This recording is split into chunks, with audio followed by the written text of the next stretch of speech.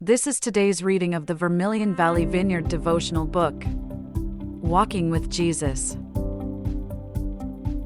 In Luke 23 verses 13 to 16, we see Pilate's attempt to release Jesus, a man whom he knew was innocent, but was being falsely accused by the Jewish religious leaders.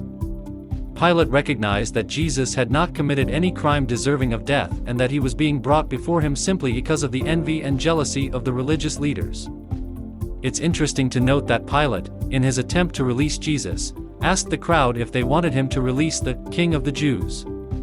This was a title that the religious leaders had mocked Jesus with earlier, but it was a title that Jesus had never claimed for himself. Pilate, in his ignorance of who Jesus truly was, inadvertently acknowledged the truth about Jesus, that he was indeed the King of the Jews, and much more than that, the King of all creation. This passage reminds me of the injustice that Jesus endured on our behalf. He was innocent, yet he was accused, mocked, and ultimately put to death on a cross. But through his death and resurrection, he conquered sin and death, and made a way for us to have eternal life. As we reflect on this passage, we are reminded that the world we live in is often unjust.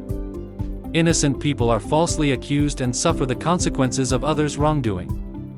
But we can take comfort in knowing that God sees all and that justice will ultimately be done. We can also take comfort in knowing that Jesus understands our suffering and can sympathize with our weaknesses. Let us remember that Jesus, our King, is not just the King of the Jews, but the King of Kings and Lord of Lords. He is worthy of our worship and our lives. May we follow him faithfully, even in the midst of injustice and suffering, trusting in his goodness and his ultimate victory. Thank you. Ozzie Villatoro.